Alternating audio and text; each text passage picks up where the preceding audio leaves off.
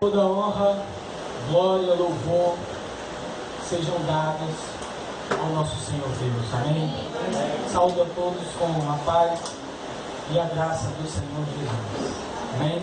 Antes de qualquer palavra no sermão propriamente dito, antes de qualquer versículo lido, eu gostaria de convidar os irmãos a curvar a cabeça e unir-se comigo em oração. Senhor Deus, nós cremos, ó Pai, nas tuas promessas. Não, Senhor, porque o Senhor,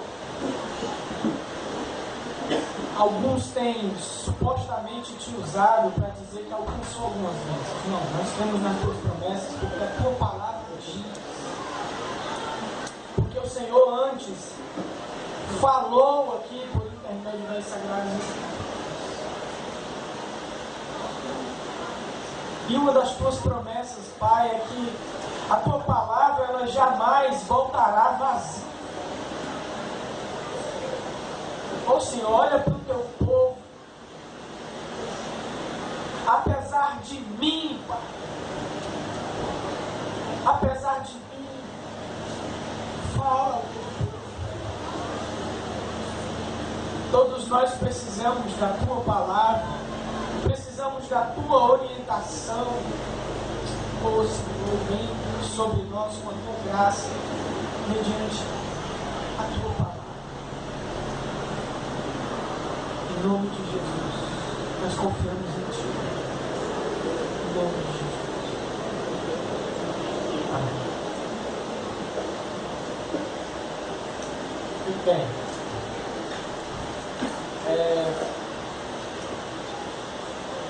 Se você ligar a sua televisão,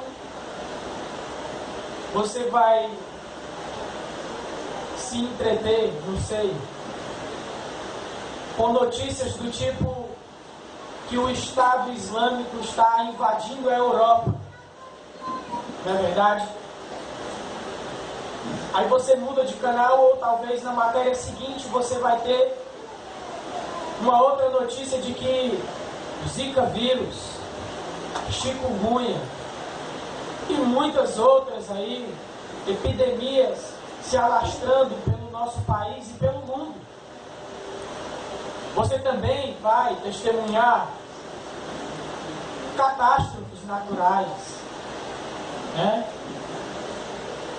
Podemos dizer que semi-natural a tragédia lá da cidade de Belo Horizonte, Mariana.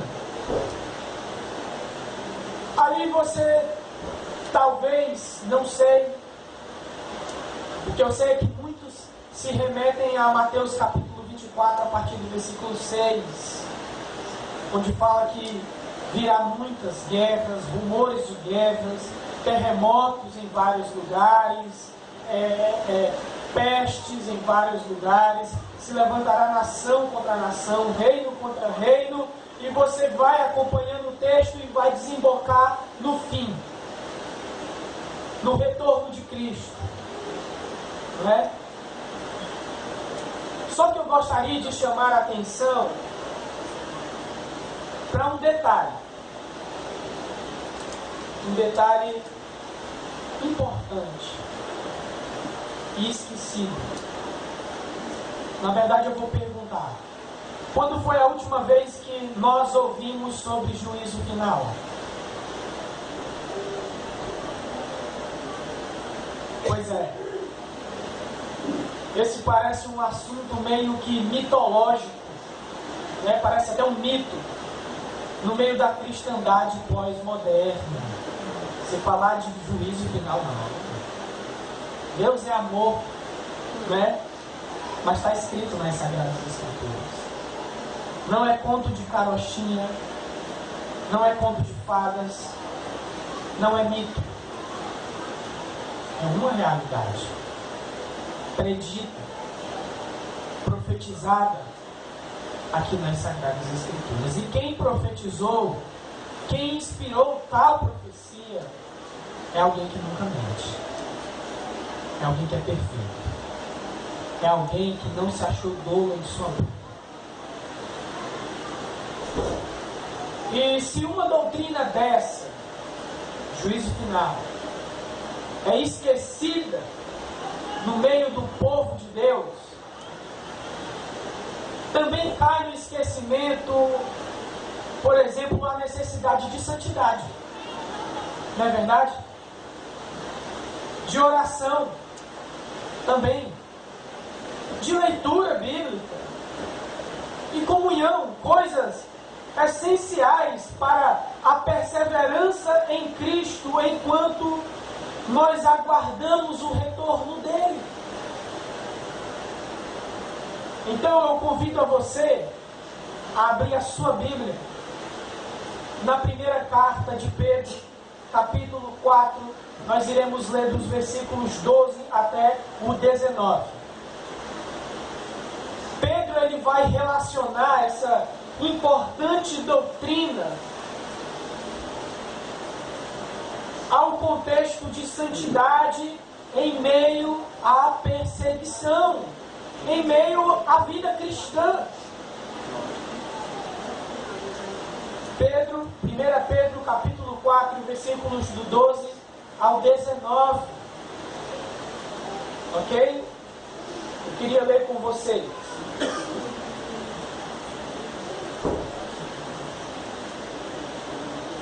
Todos lá? Amém? Glória a Deus. Amados, não estranheis o fogo ardente que surge no meio de vós, destinado a provar-vos, como se alguma coisa extraordinária vos estivesse acontecendo.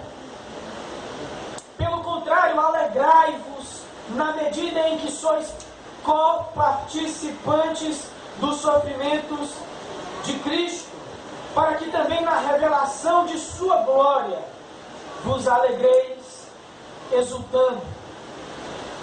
Se pelo nome de Cristo sois injuriados, bem-aventurados sois, porque sobre vós repousa o Espírito da glória e de Deus. Não sofra, porém, nenhum de vós como assassino, ou ladrão, ou malfeitor, ou como quem se intromete em negócios de outro. Mas se sofrer como cristão, não se envergonhe disso, antes glorifique a Deus com esse nome, porque a ocasião de começar o juízo pela casa de Deus é chegada. Ora, se primeiro vem por nós, qual será o fim daqueles que não obedecem ao Evangelho de Deus? E se é com dificuldade que o justo é salvo, onde vai comparecer o ímpio? Sim, o pecador. Por isso, também os que sofrem, segundo a vontade de Deus, encomendem a sua alma ao fiel Criador na prática do bem. Amém? Glória a Deus. Eu queria só lembrar aos irmãos que essas palavras aqui foram ditas, foram registradas num contexto de perseguição. Ok? Num contexto de perseguição. Os irmãos aqui que receberam essa carta, que receberam essas palavras antes de nós, estavam sendo perseguidos. E eu quero lembrar algo. Estavam sendo perseguidos por quê? Porque era o Império Romano que estava perseguindo? Porque era outro tipo de perseguição? Porque alguém estava demandando, ninguém gostava deles? Era o Império Romano que estava financiando essa perseguição? Não. Eu digo para os irmãos com toda certeza que essa perseguição em que esses irmãos estavam sofrendo e que receberam essas palavras eram simplesmente porque eles eram cristãos. Simplesmente porque há uma contrariedade entre o mundo e o reino de Deus. Sabe? Há uma incompatibilidade entre o reino das trevas e o reino do Filho do amor de Deus. E como diz Paulo em 2 Timóteo, capítulo 2, versículo 15, aquele que deseja viver a vida de forma piedosa vai ser perseguido. Então, eu quero só lembrar aos irmãos que era um contexto de vida cristã comum. E pelo simples fato deles serem cristãos, eles estavam sendo perseguidos. Ok? Amém? Glória a Deus. Bem, esse é o contexto. Eles receberam essa palavra. Pedro, o apóstolo Pedro, falou de juízo, falou de santidade em meio a essa perseguição necessária para se comparecer diante de Deus. Falou de perseverança também necessária para se comparecer diante de Deus. E é sobre isso que nós iremos meditar nessa noite. Ok? Bem, como eu sempre gosto de dizer, eu fiz aquela velha divisão de 3 partes do texto. A primeira parte dos versículos 12 e 13. A segunda parte dos versículos 14 ao 16. E a última parte, versículos 17 ao 19. Amém? Glória a Deus. Vamos por parte, meus irmãos. Quero ler novamente os versículos 12 e 13. Amados, não estranheis o fogo ardente que surge no meio de vós, destinado a provar-vos como se alguma coisa extraordinária vos estivesse acontecendo. Pelo contrário, alegrai-vos na medida em que sois co-participantes dos sofrimentos de Cristo, para que também na revelação de sua glória, glória de quem? Cristo, vos alegreis exultando. Assim como o fogo, meus queridos irmãos, prova a veracidade do ouro, assim também o fogo das provações, o fogo das perseguições, provará a veracidade da fé do cristão. Certo? Quando Cristo retornar em glória. Da mesma forma que o ouro é encontrado em forma bruta, sabe? Preto, sujo, com outros tipos de minerais, com outras impurezas, passa pela mão do ourives, e esse ourives coloca ele sobre o fogo para que as outras substâncias derretam e fique só o ouro. Da mesma forma, o fogo das provações, das privações, das perseguições dessa vida provará a veracidade da fé do crente. E isso se dará, ficará mais evidente quando Cristo retornar em glória. Amém? Amém? Basicamente é isso que Pedro está dizendo para esses irmãos, que eu não vou fazer uma comparação conosco, certo? Claro que eles estavam provando, aliás, sendo provados mais, sendo perseguidos mais, sendo privados mais. Mas hoje, aquele que deseja viver de forma piedosa a fé cristã também é perseguido. E eu não preciso aqui tentar lhe convencer disso, pois você sabe muito bem se você estiver vivendo de forma piedosa a fé cristã. Amém? Eu gostaria de destacar aqui 3 coisas que Pedro falou nesses versículos para esses irmãos, e eu gostaria de meditar aqui com os irmãos. A primeira está no versículo de número 12, quando ele fala Não estranheis o fogo ardente que surge no meio de vós, destinado a provar-vos, como se alguma coisa extraordinária vos estivesse acontecendo. Sofrimento não é coisa do outro mundo. Ok? Sofrimento não é coisa do outro mundo. Eu citei um texto, mesmo que panoramicamente, mesmo que de forma sintética, lá em Mateus capítulo 24, a partir do verso 6. E o que está predito lá é que, não sei se daqui, posso dizer assim, daqui para frente o negócio não vai ser muito bom para cristãos, certo? Porque o que se ouve no meio hoje, gospel, no meio evangélico, é que cristão não pode sofrer.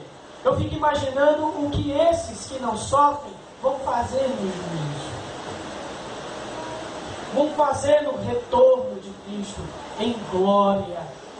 O que eles fazem com passagens, por exemplo, como essa, que Pedro disse que não é coisa do outro mundo.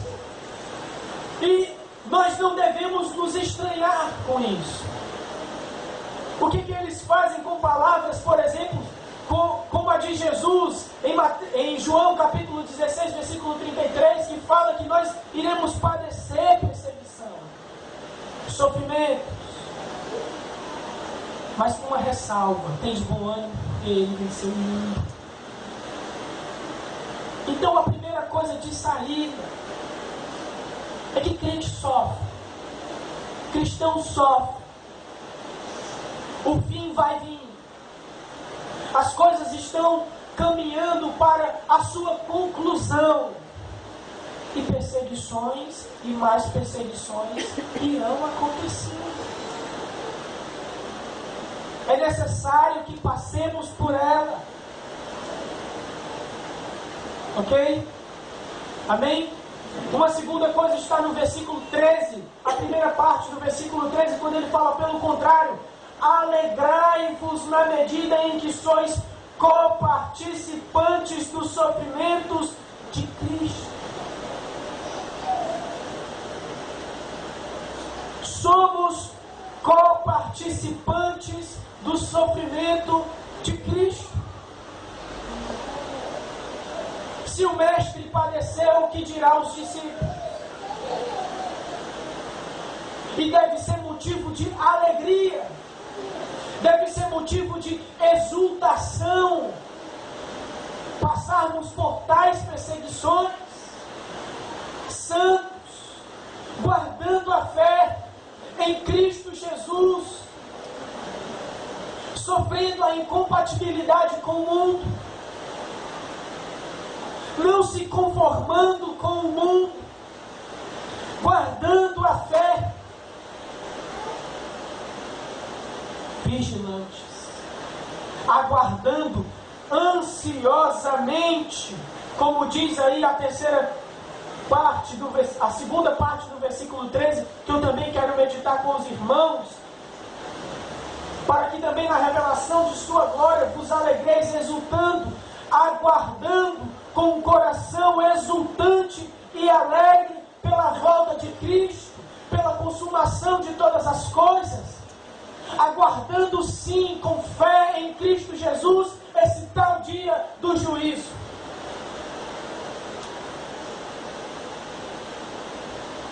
Porque eu quero lembrar para os irmãos, esse dia irá chegar. E não importa, não tem chororô. Ah, mas eu estou sofrendo demais. Não tem. Vai chegar. Mas sofrimento vem. Ah, mas eu estou na pindaíba financeira. Vem do mesmo jeito. A falta de emprego não vai atrasar nada. Ok? Então, de saída, o crente sofre. E o negócio está se estreitando mais. Se essas pessoas que dizem que o fim é iminente agora, com essas tragédias, o anticristo vai aparecer e coisa e tal, se essas pessoas têm razão, eu não sei, porque ninguém sabe quando ele vai voltar. Mas uma coisa é certa, Ele vai voltar. E a ordem do dia é permanecer alegres, vigilantes, exultantes, certo? Coparticipantes do sofrimento de Cristo e não achando que isso é coisa do outro mundo. Amém? Glória a Deus. Me lembrei de algo que aconteceu já faz algum tempo. Eu vinha com meu sogro no carro. Sempre gosto de falar essa história. E vinha uma irmã, dava para ver de longe que ela era crente, sabe? Porque um crente conhece o outro, né? Pelo jeito de se vestir, pelo jeito de falar, pelo jeito de tudo. E o meu sogro veio meio rápido no carro e ela se assustou, puxou, foi para o lado do meio da pista e ele teve que puxar o carro e disse: irmã, buzinando, quer encontrar com Jesus logo? Ela: não, agora não, mais para frente. Não, mas se Jesus vier, não, mas não vem agora não, mais para frente. Né? Exultante, coração exultante, com expectativa, não importa se é sofrendo, nos colocando na posição de coparticipantes dos sofrimentos de Cristo Jesus. Amém? Glória a Deus. Vamos para a segunda parte, versículos 14 a 16.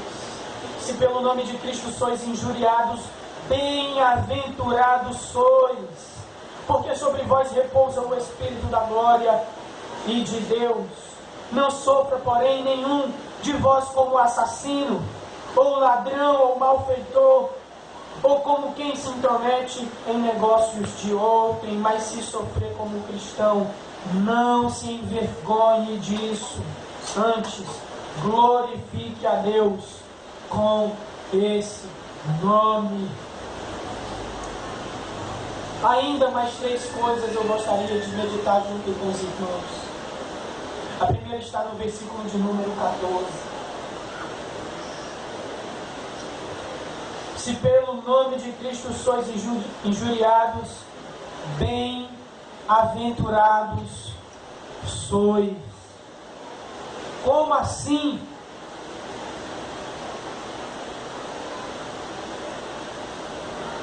Injuriados pelo nome de Cristo e bem-aventurados?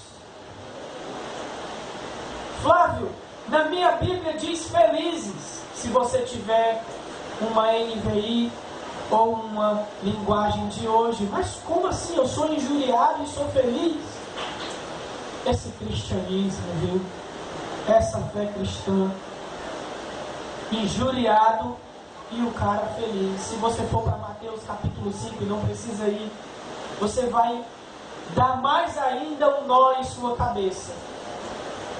Bem-aventurança, meus queridos irmãos, é algo maior que felicidade. É algo maior do que um estado de espírito, maior do que uma paz. Porque felicidade, qualquer coisa te rouba, né? Uma paz, basta uma conta de energia chegar com a bandeira vermelha, te rouba a paz, né?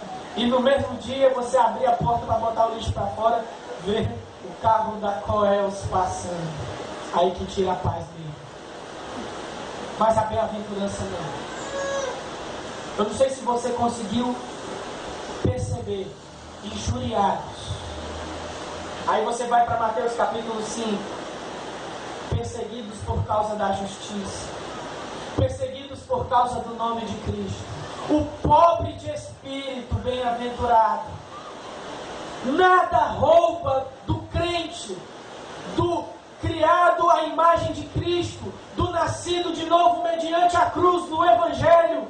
Nada rouba essa bem-aventurança dele. Sofrimento nenhum, nem o sofrimento da reta final. O sofrimento da bem-aventurança. Glória a Deus, aleluia. Uma outra coisa que eu gostaria de meditar com os irmãos está nos versículos 15 e 16. Não sofra, porém, nenhum de vós como assassino, ou ladrão,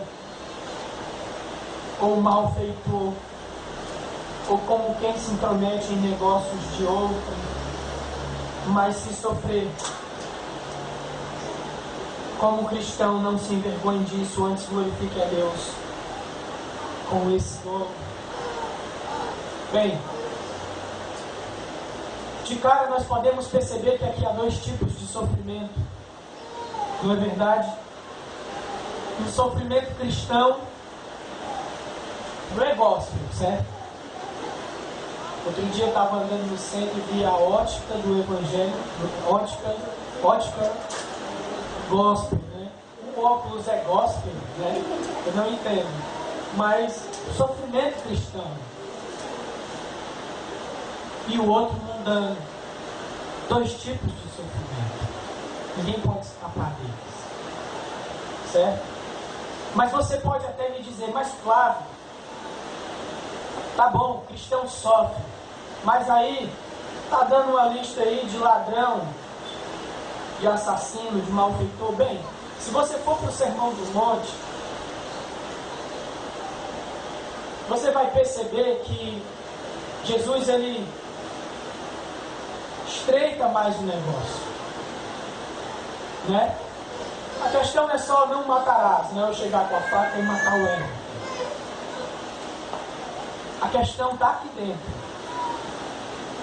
Eu não odiar ele dentro do meu coração, porque lá no Sermão do Monte fala que se eu fizer isso, eu matei meu irmão dentro do meu coração. Não é verdade? Assassino também, né? Ladrão também. Há várias formas de ser ladrão.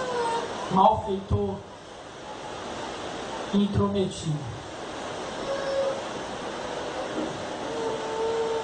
Mas tem o sofrimento cristão, que é justamente o contrário dessas coisas. É dar a outra face.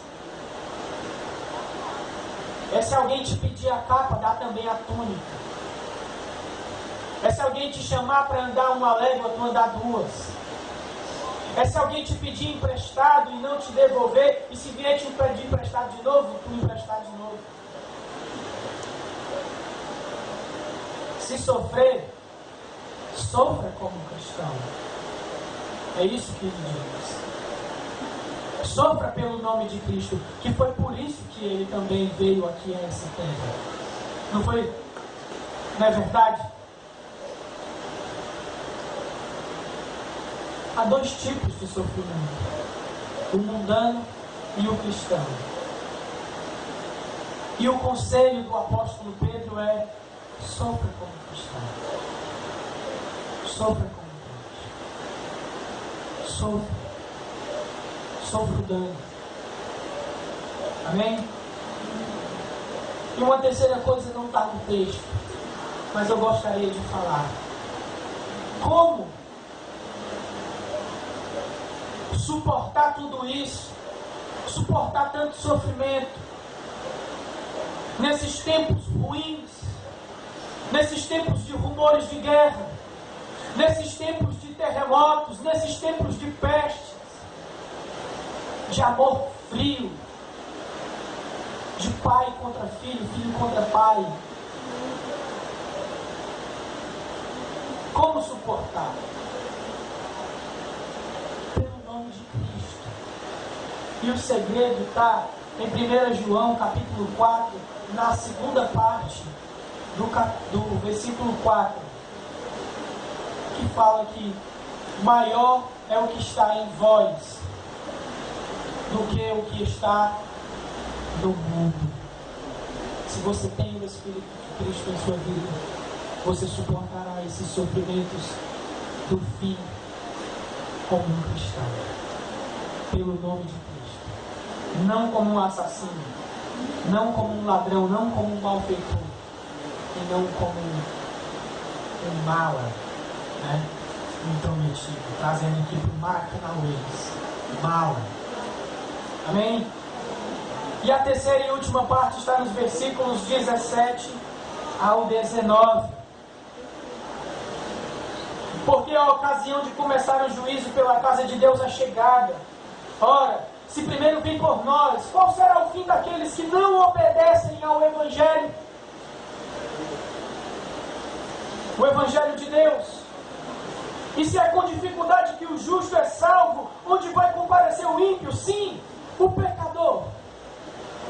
Por isso, também os que sofrem segundo a vontade de Deus encomendem a sua alma ao fiel Criador na prática do bem. Preste atenção. Sofrer segundo a vontade de Deus. É vontade de Deus que nós soframos.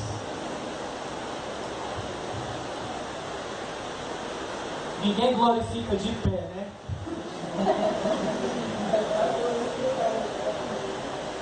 Ninguém glorifica de pé. Ninguém faz uma campanha de 7 semanas para sofrer segundo a vontade de Deus, né? Jejuns para atrair mais sofrimentos segundo a vontade de Deus. Ao invés de acharem esses loucos, quem me olhar ali pelo YouTube vai me achar doido. Mas eu gostaria de meditar ainda em 3 coisas aqui nesses versículos. A primeira está no versículo de número 17, na primeira parte do versículo. Algo que deve nos preocupar, algo que deve nos manter vigilantes, algo que deve nos manter perseverantes como cristãos, em outras palavras, em santidade. Porque a ocasião de começar o juízo pela casa de Deus é chegada. O juízo começará pelos discípulos de Cristo. Você sabia disso? Você tinha atentado para isso? O juízo vai começar pelos discípulos. Sabia? Como eu queria que o Hitler fosse julgado. Mas vai começar pelo Agostinho. Como eu queria que o Napoleão fosse julgado. O Alexandre Nardoni, que matou a própria filha, vai começar por você.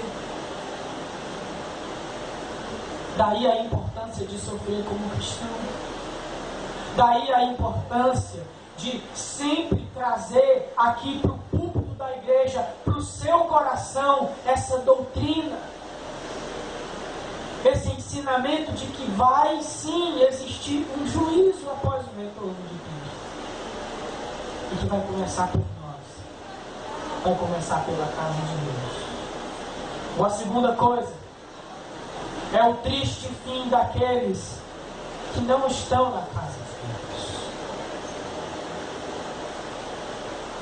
que não estão entre os discípulos.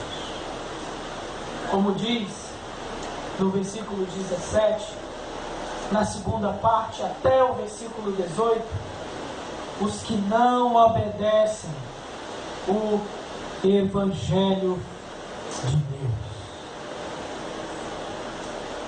E aí?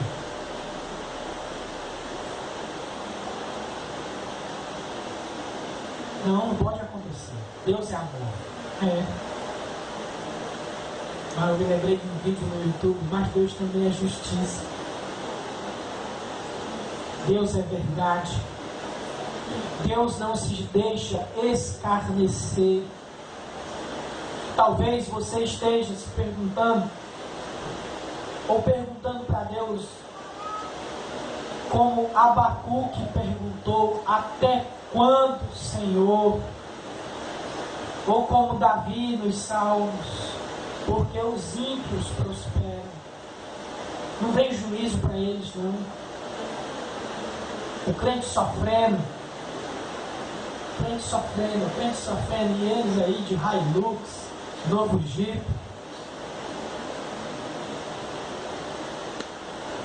O dia está marcado em que Deus irá punir toda sorte de iniquidade e quem carregar a sua vida. O dia está marcado daqueles que não obedecem ao Evangelho. Está lá marcado o dia daqueles que não sofrem como cristãos. Esse dia é o dia do juízo. Amém? E uma terceira e última coisa. Você sabia que você tem uma encomenda para dar para Deus? Né? Quando você encomenda um salgado, aí o cara vai deixar lá na sua casa, não é? Para a sua festa. Você tem uma encomenda para Deus. E sabe qual é a encomenda que você tem a entregar de Deus? Está no final do versículo 19. Aliás, vamos ler o versículo 19. Por isso, também os que sofrem segundo a vontade de Deus, encomendem a sua alma ao fiel Criador na prática do bem. Essa é a encomenda. A alma. A alma. Essa é a sua encomenda. E aí, sofrer como cristão ou sofrer como mundano? E aí, achar que isso é conto de carochinha? Achar que Deus é amor e nunca vai punir ninguém? Deus não se deixa escarnecer. E o segredo para os cristãos está ser coparticipantes com o sofrimento de Cristo Jesus. Sofrer como cristãos e não se envergonhar de sofrer segundo a vontade de Deus. O segredo está em não achar que tais sofrimentos que se afunilam por fim não são coisas extraordinárias ou coisas estranhas à fé cristã.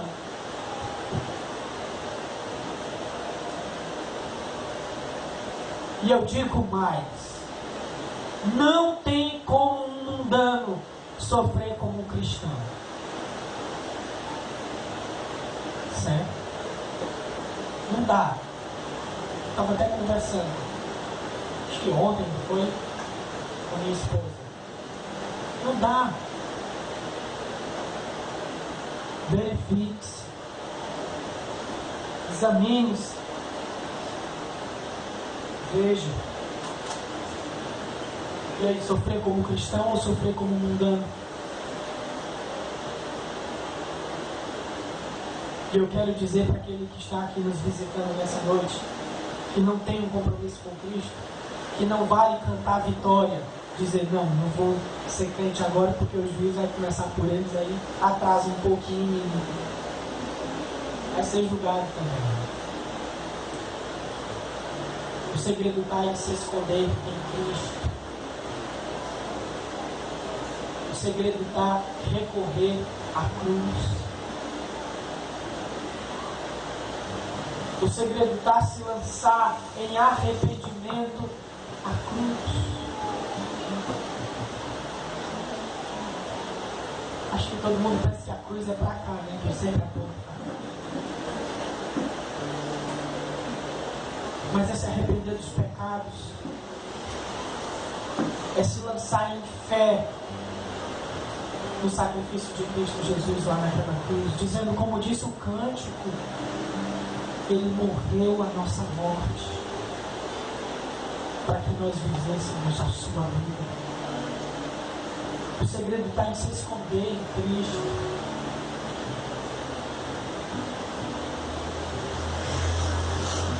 Ele se fez maldição em nosso lugar, porque escrito está, maldito todo aquele que for pendurado no madeiro.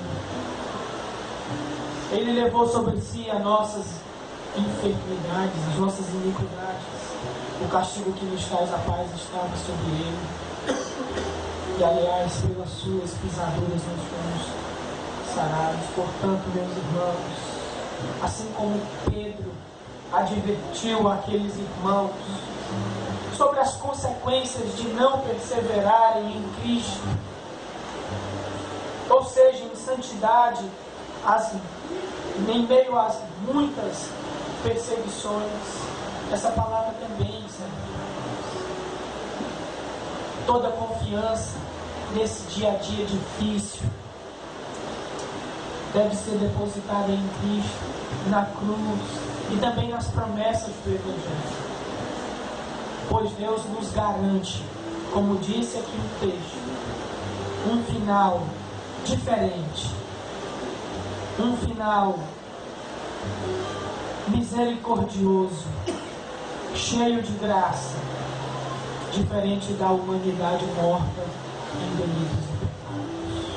Amém? Eu quero que você vá para a sua casa hoje pensando que, em primeiro lugar, sofrimentos, provações, perseguições, tentações não devem ser coisas estranhas a nós. Não é coisa de outro planeta. Não dê ouvidos ao que dizem nas rádios,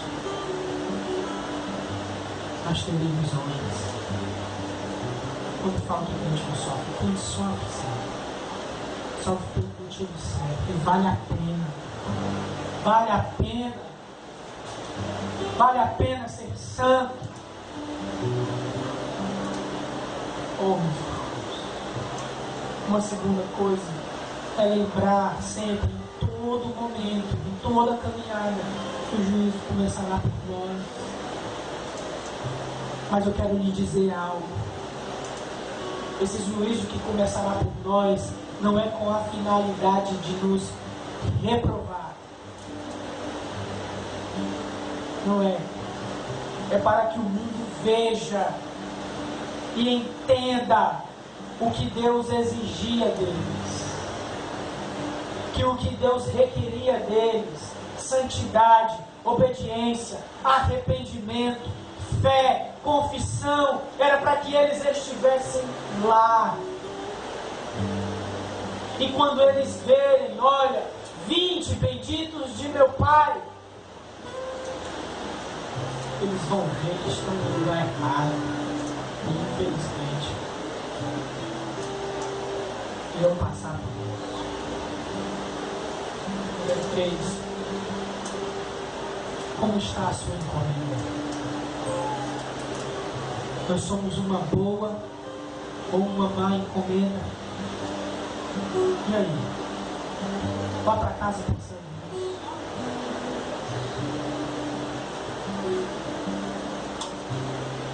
E por último, como é que está a sua expectativa com a volta de Cristo? Exultante, alegre, ou que nem o Silvio Santos, vai para lá, vai para lá. É a nossa esperança, irmãos. É a nossa esperança. Nesse momento de política ruim, nesse momento de tragédias, nesse momento de inflação, e nesse momento que a gente chega à conclusão que a gente não tem dinheiro para sair do Brasil. Só o retorno de Cristo Jesus.